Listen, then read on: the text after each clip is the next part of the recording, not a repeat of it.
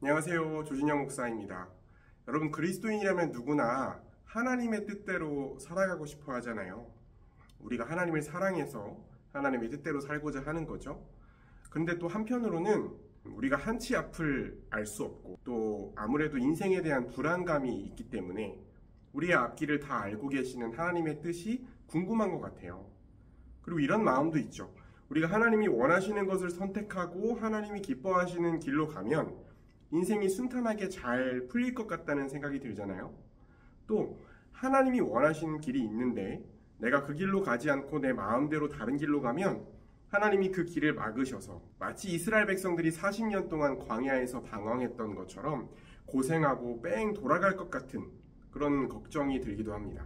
그래서 뭔가 중요한 선택을 앞두고 있을 때 우리가 절박하면 절박할수록 하나님의 뜻이 뭔지 알면 좋을 텐데, 하나님이 원하시는 선택이 뭔지 확실하게 분별할 수 있으면 좋을 텐데, 이런 생각이 듭니다. 오늘 영상에서는 이 문제에 관해서 우리가 알아야 할 것 두 가지를 이야기하려고 하는데요. 첫 번째는요, 하나님은 우리가 구체적으로 뭔가를 선택하는 데 있어서는 별로 상관이 없으시다는 거예요.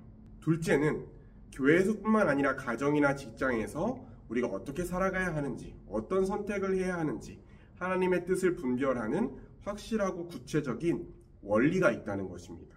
이 두 가지가 모순되게 들릴 수 있는데요. 끝까지 잘 들어보시면 이 두 가지가 충돌하지 않는다는 걸 알 수 있을 겁니다. 또 하나님의 뜻을 분별하고 그 뜻대로 살아가는 문제에 있어서 우리가 어느 정도 자유함을 누리면서도 명확한 기준을 세우실 수 있을 겁니다. 그럼 먼저 하나님은 우리가 구체적으로 뭘 선택하는지에 대해서는 별로 상관없으시다. 이 이야기를 한번 나눠볼까요?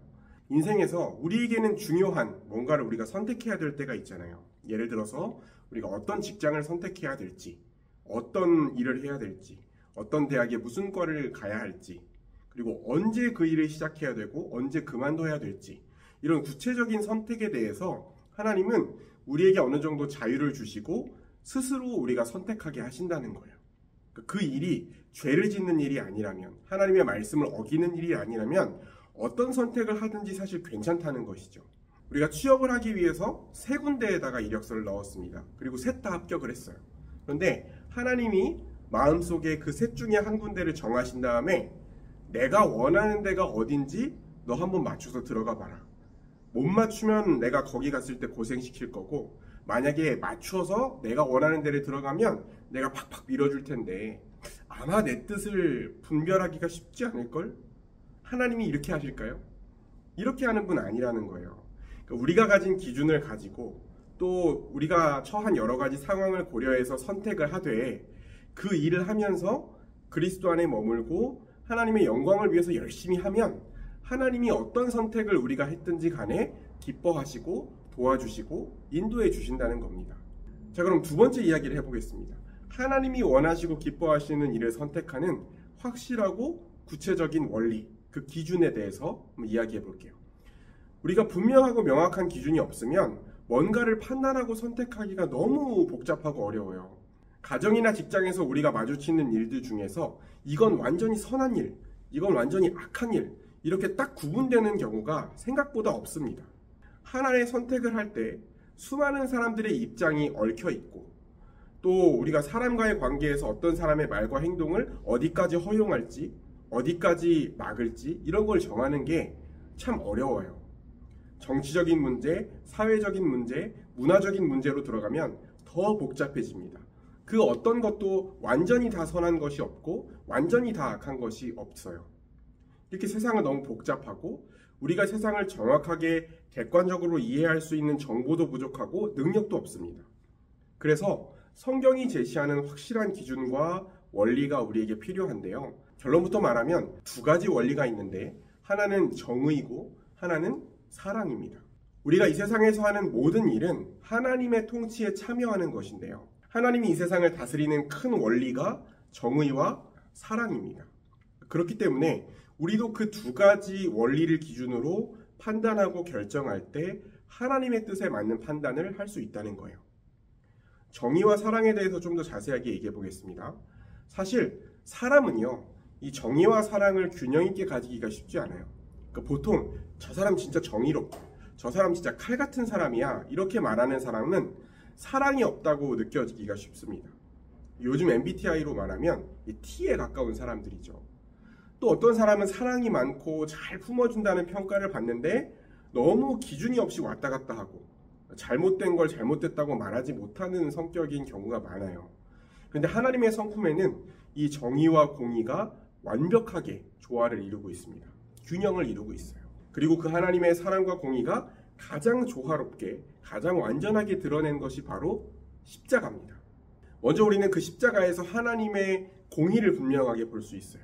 예수님께서 십자가에서 하나님 아버지께 외면당하시고 그 형벌과 저주를 받으시는 고통스러운 모습을 바라보면서 우리의 죄가 얼마나 심각하고 끔찍한 것인지, 죄에 대한 하나님의 진노와 형벌이 얼마나 무서운 것인지, 또 하나님이 죄를 얼마나 철저하게 심판하시는 공의로운 재판장이신지를 우리가 가장 선명하게 볼 수 있는 것이 바로 십자가죠.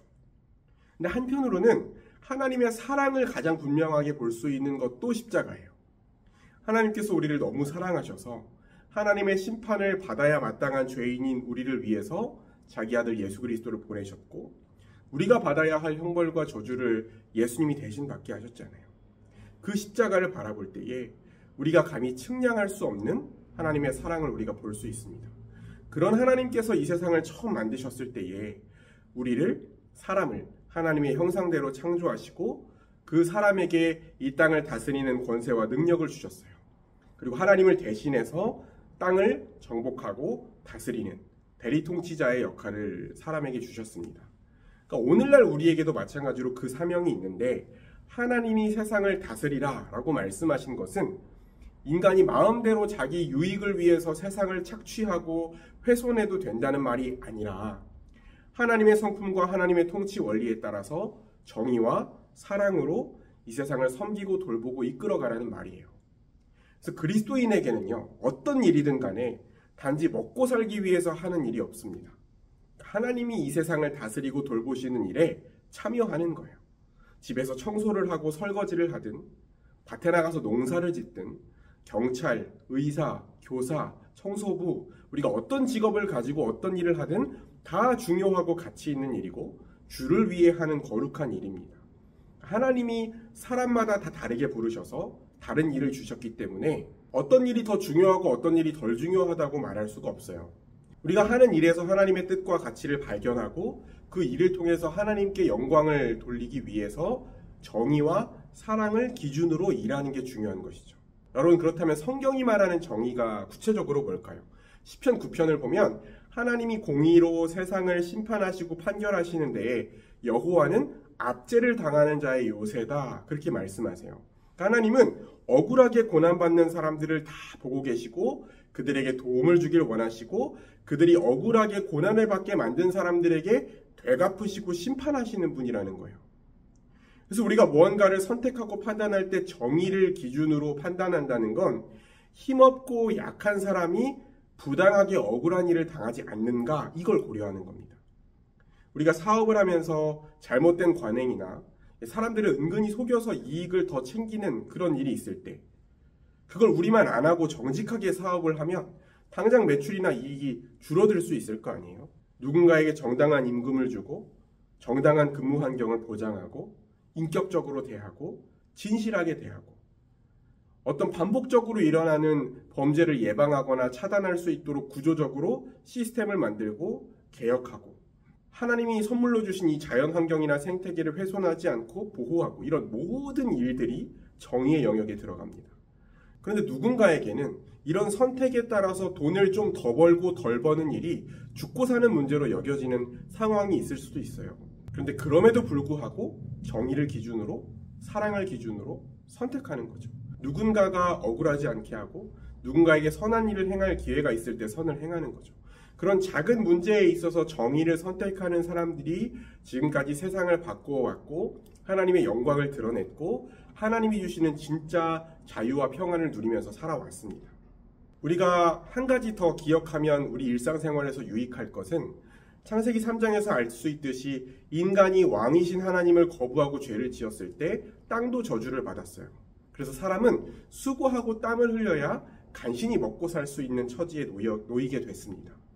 그러니까 사는 게 어렵고 수고스러운 게 당연한 것이고 우리가 열심히 했다 그래서 늘 결과가 좋은 건 아니라는 것을 인정하고 받아들이고 살아야 된다는 거예요. 근데 그럼에도 불구하고 그리스도인은 아까 나눈 것처럼 우리가 하는 일이 하나님이 맡기신 일이라는 믿음, 그리고 하나님의 통치에 참여하는 것이라는 믿음, 그 믿음으로 성실하게 맡은 일을 꾸준히 최선을 다해야 된다는 것입니다. 직장 생활을 할 때 얼핏 보기에는 내가 회사를 위해서 일하는 것 같고 사장을 위해서 일하는 것 같고 내가 열심히 일해서 남의 돈 벌어다 주는 것처럼 느껴질 때가 있잖아요. 그런데 그리스도인들은 그 이면에 하나님을 위해 일한다는 믿음을 가지고 하나님께 영광 돌리기 위해서 최선을 다하는 것이죠. 그러다 보면 하나님이 우리에게 주신 능력이 온전하게 발휘되게 하시고 또 하나님이 주시는 열매를 우리가 받아 누릴 수 있는 때가 반드시 오는 거예요. 그리고 우리의 그런 모습을 보면서 누군가는 저 사람이 저렇게 사는 이유가 하나님 때문이었구나. 저 사람이 저렇게 사는 걸 보니까 진짜 하나님이 있을지도 모르겠다 라는 생각을 하게 됩니다. 그때 우리는 하나님이 살아계시고 하나님이 사랑과 공의의 하나님이라는 것을 드러낼 수 있는 거예요. 그리고 그게 하나님께 영광을 돌리는 것이죠. 그리고 이것이 그리스도인들이 이 땅에서 어렵고 수고스러워도 치열하게 살아가는 인생의 목적이 되는 겁니다. 여러분, 지금까지 하나님의 뜻은 우리의 구체적인 선택 하나하나에 있는 것이 아니라 정의와 사랑이라는 큰 원리에 있다는 것을 우리가 함께 나눴고요. 또 우리가 하는 모든 일은 하나님이 이 세상을 통치하시고 돌보시는 일에 참여하는 일이라는 것을 함께 나눴습니다. 어렵고 힘들고 수고스럽지만 우리가 이 믿음을 가지고 하나님의 영광을 위해서 함께 있는 자리에 최선을 다하는 저 여러분이 되시기를 바라겠습니다. 영상 시청해 주셔서 감사합니다.